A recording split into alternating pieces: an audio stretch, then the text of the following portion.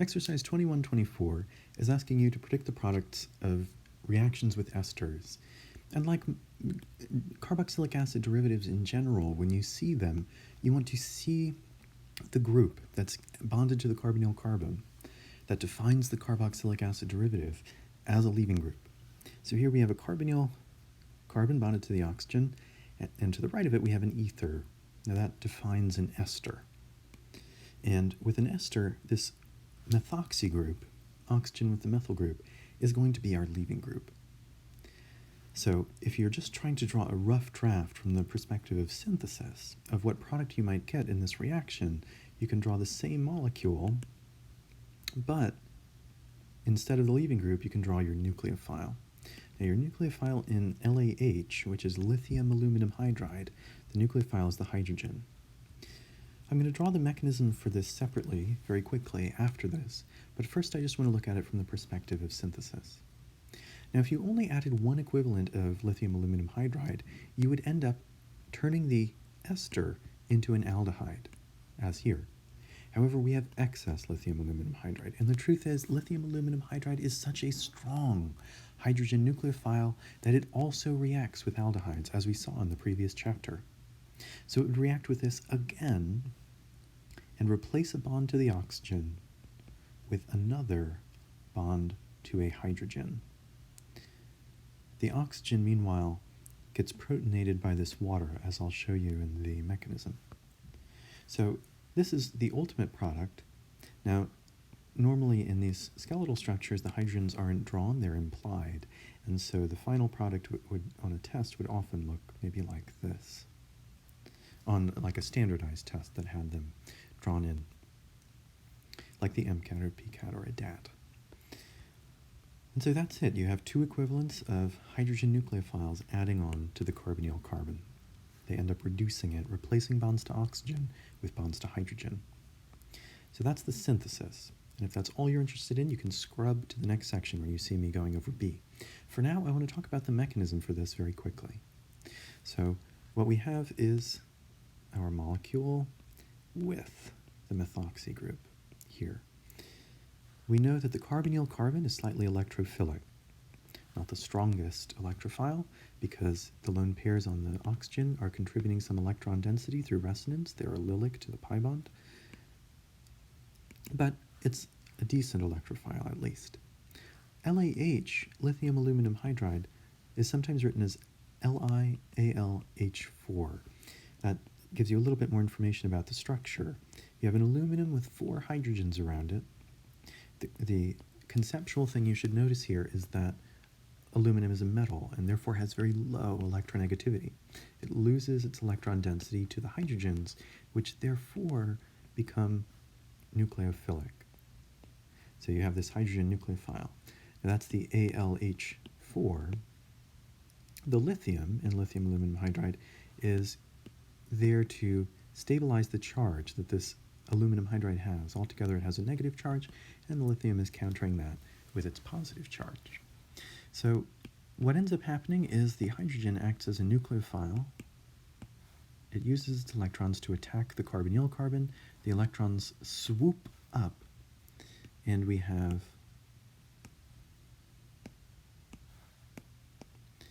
a tetrahedral intermediate after that nucleophilic attack. So this oxygen would have a full negative charge, and we would have a hydrogen, this hydrogen, bonded below. Excuse me. Now that oxygen has a full negative charge and is very unstable. And so it snaps back down and kicks off the methoxy group. Now the methoxy group is not a good leaving group, but it's just as unstable as this oxygen here. So you create an equilibrium where each oxygen has its sort of time to shine. Each oxygen has to deal with a full negative charge. So at this point, we have this aldehyde, and we have a methoxy group floating around in the solution. If you were using water as a solvent, that methoxy group would get protonated and turn into methanol. But here we're following the story of this carbon chain, and now that we have this aldehyde, another equivalent of lithium aluminum hydride. Notice that we have excess in the original recipe. we have more than one equivalent, we have excess. So here, that same aluminum, or that same hydrogen nucleophile can attack the carbonyl carbon and send the pi bond electrons onto the oxygen. So that turns the molecule we had into another sort of tetrahedral intermediate, but this time the oxygen can't snap back down because we have no good leaving groups. If you compare the tetrahedral intermediate we had before, which at least had a possible leaving group, here we only have hydrogens and carbons, which are truly exceptionally bad leaving groups. They're very unable to stabilize a full negative charge. So this oxygen can't snap back down and kick something else off. So the best thing we can do is stabilize it with a proton transfer. And if you look back up at the recipe, the second step is water. The water puts a hydrogen on that oxygen. So the negative oxygen steals the hydrogen, the electrons snap onto that oxygen of water, and you get, after that proton transfer, you get this product, which, if you just draw it as a skeletal structure without drawing the hydrogens in, would look like the structure on the right. And the hydrogens are still there, they're just implied. And you'll notice that that is the exact product that we drew above when we were predicting the product through synthesis. Okay, so the big conceptual takeaway there is lithium aluminum hydride is a strong hydrogen nucleophile that replaces the leaving group twice. Ultimately, it takes an ester here down to an alcohol. Okay, next, in B. You'd look at the carbon skeleton, you'd see that it's a carboxylic acid derivative, that it's an ester, carbon double bonded to an oxygen, single bonded to an ether. The OME, the methoxy group, is going to be our leaving group. We're going to replace that with whatever our nucleophile is. So let's think about this just from the perspective of synthesis, and then we can think about the mechanism afterwards. So just from the perspective of synthesis, which is all you'd have to know for the test, you can see that your nucleophile is going to be the ethyl group. Remember that you have two carbons, that ET stands for CH3, CH2, and that middle CH2 is going to be bonded to magnesium bromide. A similar thing happens here as happens in lithium aluminum hydride, where the metal has very low electronegativity, and so the carbon bonded to it turns in to the nucleophile. And that nucleophile is what's going to replace our leaving group. So to draw a sort of draft, rough draft of the possible product we could make, you would draw the same molecule just without the leaving group, and with, there's 1, 2, our two carbons of the nucleophile. So that's one possible product. Yet, Grignard reagents, and you'll recognize them by the MgBr, where the magnesium is bonded to a carbon, Grignard reagents are strong carbon nucleophiles, just like lithium aluminum hydride is a strong hydrogen nucleophile. And so if you have more than one equivalent of them, they won't just react with the carboxylic acid derivative, they will also react with aldehydes and ketones. A second equivalent will come in. And in that case, you would replace the double bond to the oxygen with just one bond and another ethyl group. So here we have our original ethyl group and then another ethyl group that's that's replacing that pi bond there. The oxygen that's left over ends up stealing a hydrogen from water in the second step, and so it becomes an alcohol. And so that would be the product you'd expect for this reaction. Now, that's from the perspective of synthesis. Let's quickly walk through the mechanism here. And you'll see that it's very similar to the mechanism for lithium aluminum hydride. So if we have our carboxylic acid derivative, our ester, we can take our carbon nucleophile and have it attack the carbonyl carbon. Now this magnesium and bromine would float off in solution. The magnesium really ends up having a positive charge. The carbon nucleophile would attack the carbonyl carbon, kick the pi bond electrons up above. So when you get that nucleophilic attack, you would get a tetrahedral intermediate. So you'd still have the methoxy group there, the oxygen, but now it would have a full negative charge, and an ethyl group. So that's our 2 carbons. That oxygen with a full negative charge is very unstable, so it snaps back down and kicks the methoxy group off, the leaving group. Notice that this is not acid catalyzed because we have a very strong nucleophile. You just need to use an acid catalyst if you have a weak nucleophile. And so the methoxy group leaves. We have a pi bond to the oxygen now, and we have the 2 carbons that we added. Notice this is the first intermediate that we predicted here. I just need to add that methyl group in from the beginning. So this methyl group here would go here and here. So that's the product we predicted from the beginning. But we have another Grignard reagent. If you look at the recipe, there is excess Grignard reagent. So we have another equivalent, and that strong nucleophile can definitely attack the carbonyl, carbon of a ketone, or an aldehyde for that matter. It can attack that carbonyl carbon, send the electrons up onto the oxygen, so that you end up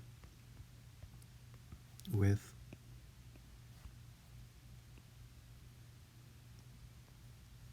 another ethyl group added, and the oxygen has a full negative charge. So the 2 ethyl groups, 1, 2, 1, 2.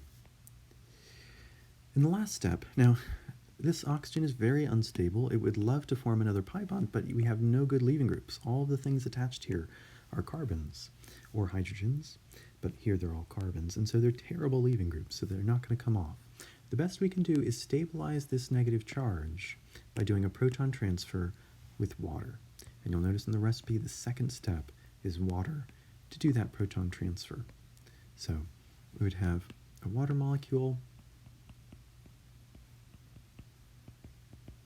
and the negative oxygen will attack one of those hydrogens. The electrons would snap onto the oxygen of water, and we would end up with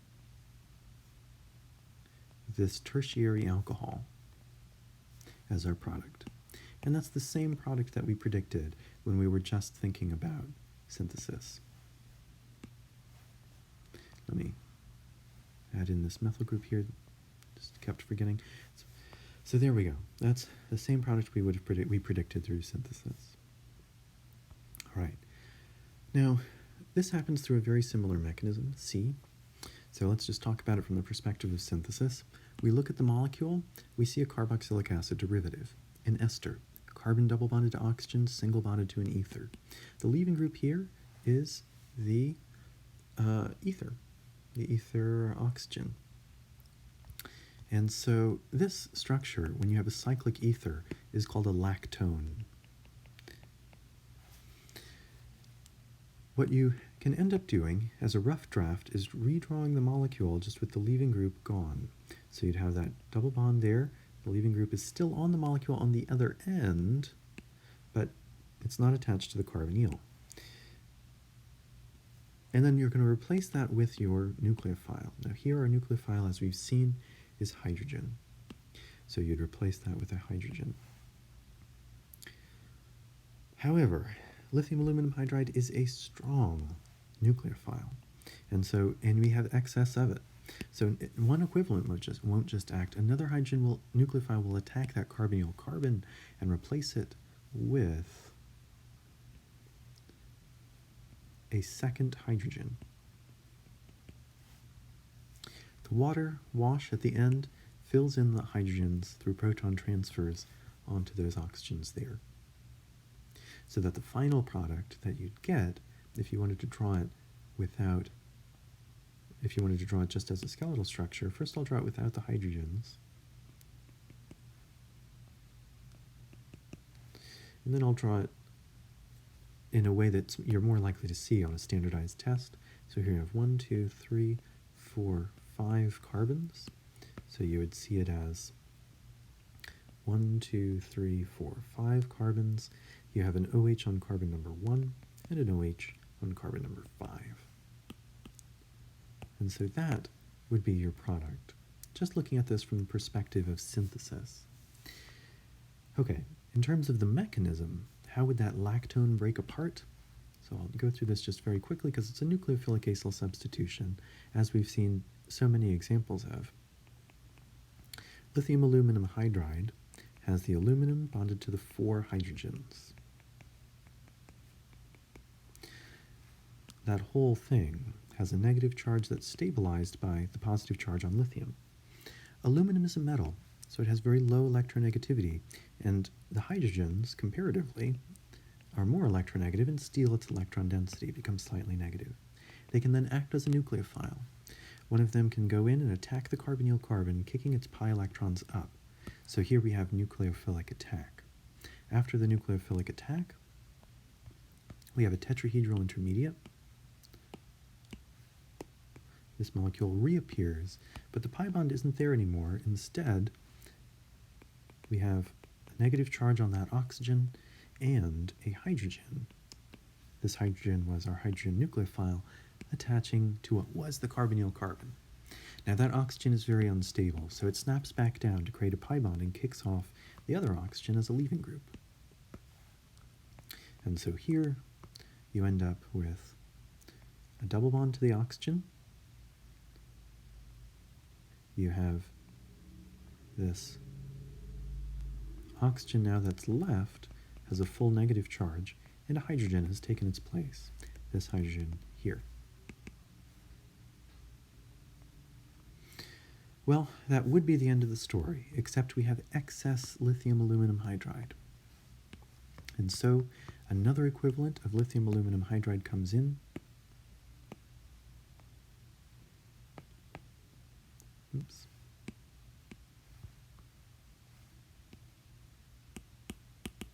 Another equivalent of lithium aluminum hydride comes in.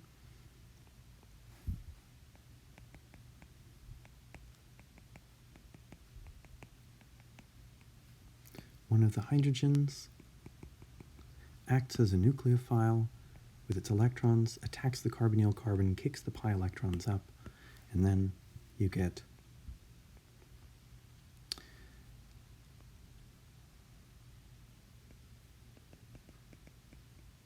that oxygen is still there. Like before, we still have a hydrogen there, but now we have a second one, and the oxygen is there with a full negative charge. Now, this is as reduced as we could possibly get it. Lithium aluminum hydride would love to attack another electrophile, but there's no electrophile here for it to attack. And so, instead, these negative oxygens, the only thing we can do with them is stabilize them. And we do that with water. So you see at the end of this recipe, we had a water wash in the second step. And you do want to separate it from the first step because lithium aluminum hydride could react with the water. So you'll separate this as a second step. The negative oxygens, one of them will steal a hydrogen from one water molecule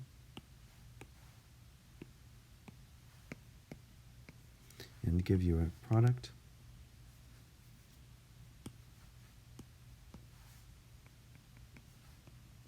And the other will steal a hydrogen from another water molecule and give you a product.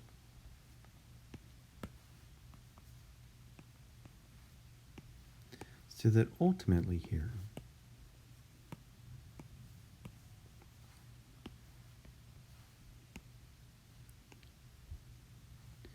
you have a diol, 2 alcohols.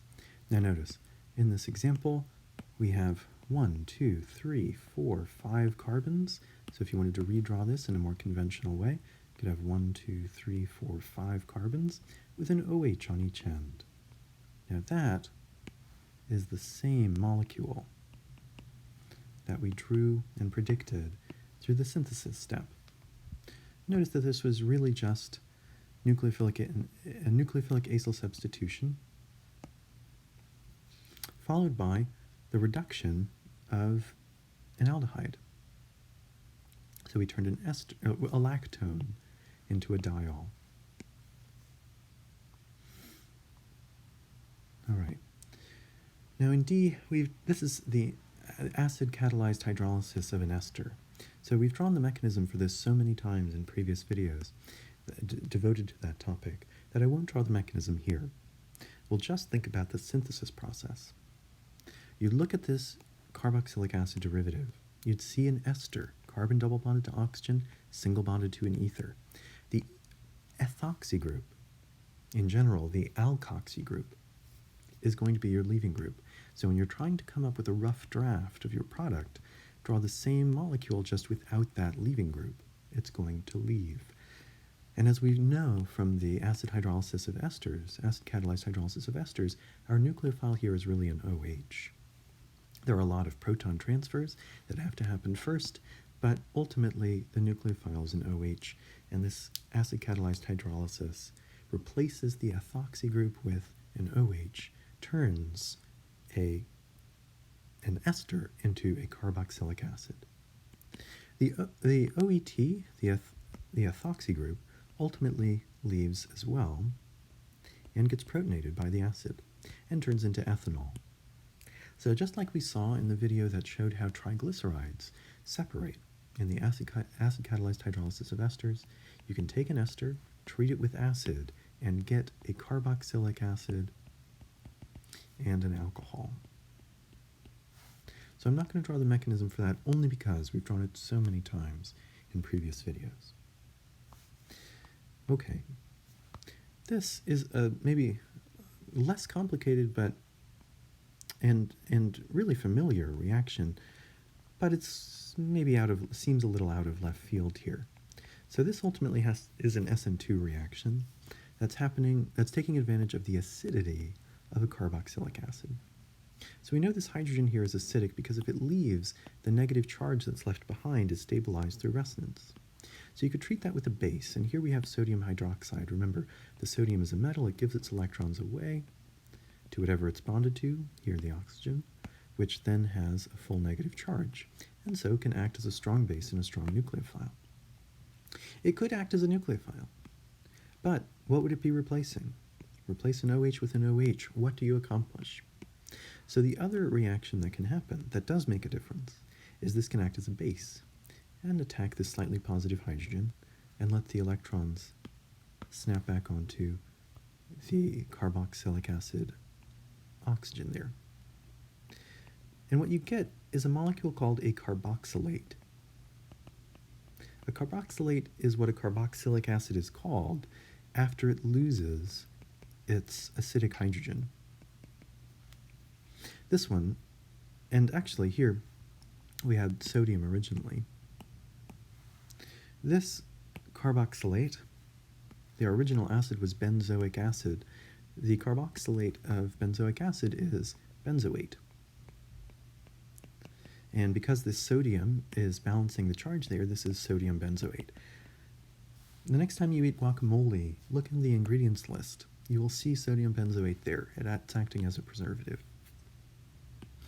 Okay, so who cares? What's the big deal about doing that acid-base reaction? How does that influence what happens next?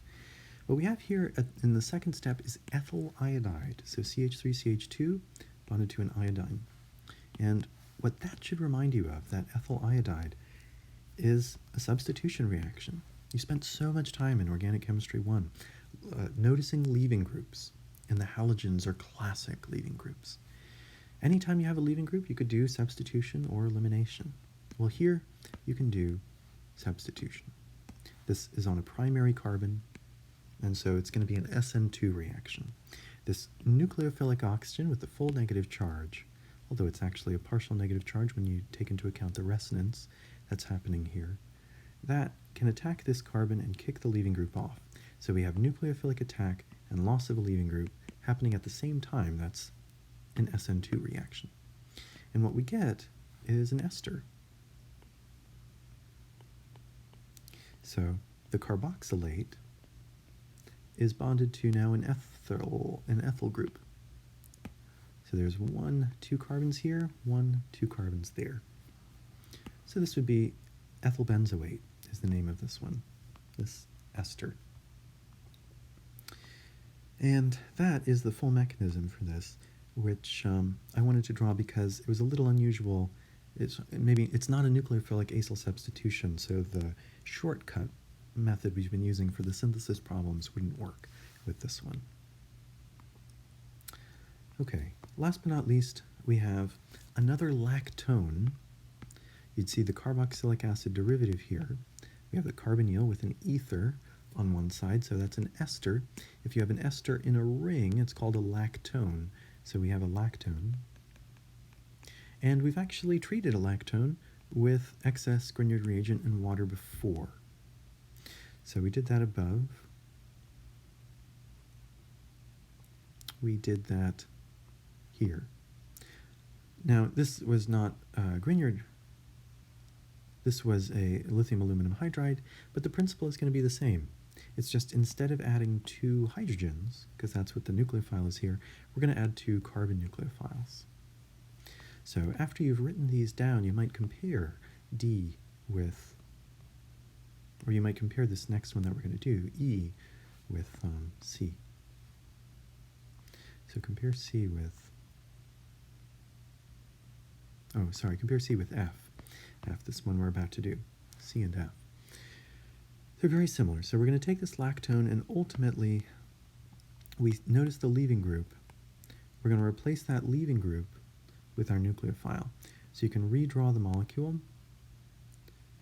exactly as it is. Just don't connect that oxygen to the carbonyl. Now our nucleophile here is one of the carbons in the ethyl group. We have ethyl magnesium bromide. That would look like this. And really, this is almost an ionic bond. So this carbon here is very slightly negative, and the magnesium is very slightly positive, so that you have this carbon nucleophile here. So if you replace this with your carbon nucleophile, the 2 carbons there, 1, 2, 1, 2, then that's the product you would get. However, ethyl magnesium bromide is a strong carbon nucleophile. It won't just react with carboxylic acid derivatives, it will also react with aldehydes and ketones, which is what we have here. So it could take that ketone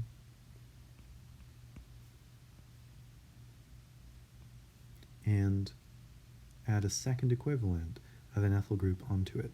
Replace one of the bonds to the pi bond to the oxygen with a sigma bond to another ethyl group. The water in the second step adds hydrogens onto these oxygens. And so that would be the product you'd predict there, just from the perspective of synthesis.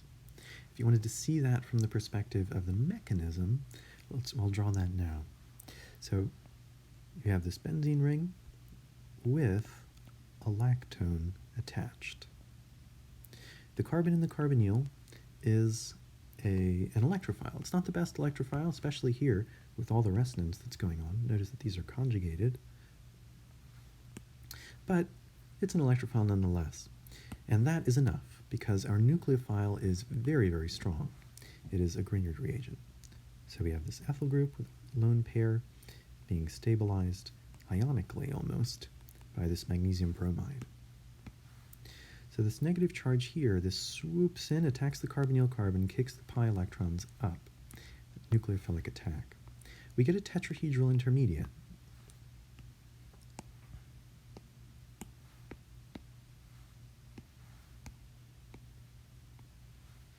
The oxygen will have a full negative charge, and now we are going to have an ethyl group attached as the 4th bond.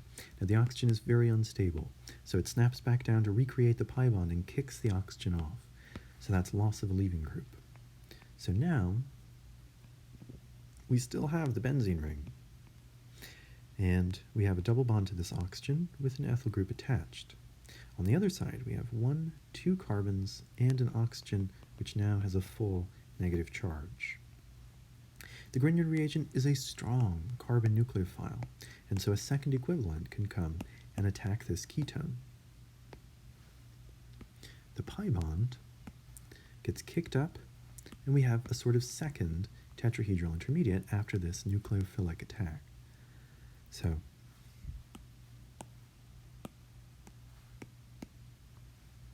similar to the structure we had before, but no pi bond. and a negative charge on the oxygen, and another ethyl group attached, this ethyl group that we added here. Now, there's no good leaving group here, so this can't snap back down. The best we can do is add water, as we always do with these Grignards, to do proton transfers and stabilize the oxygens. So, we'll do 2 proton transfers. First, one from the oxygen on top,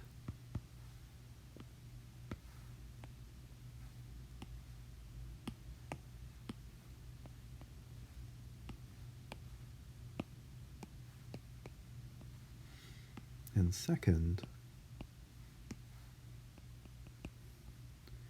one from the oxygen on the bottom.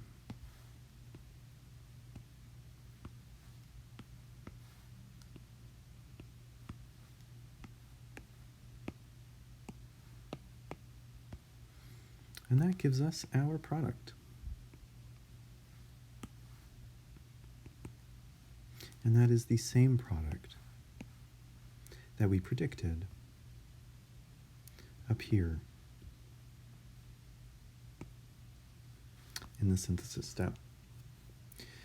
So hopefully that gives you a sense of how some of these nucleophilic acyl substitution reactions can work with esters.